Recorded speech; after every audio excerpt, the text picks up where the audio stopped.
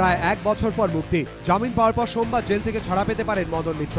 যদিও বিরোধীরা কটাক্ষ করে বলছেন পরিবহন মন্ত্রী আর জেলে থাকলেন কই, কারণ জেল তো শুধু নামেই। গ্রেফতার হওয়ার পর থেকে বেশিরভাগ সময়টাই হাসপাতালে কাটিয়েছেন মদন মিত্র। কখনো জেল হাসপাতালে, কখনো সুপার স্পেশালিটি হাসপাতালে।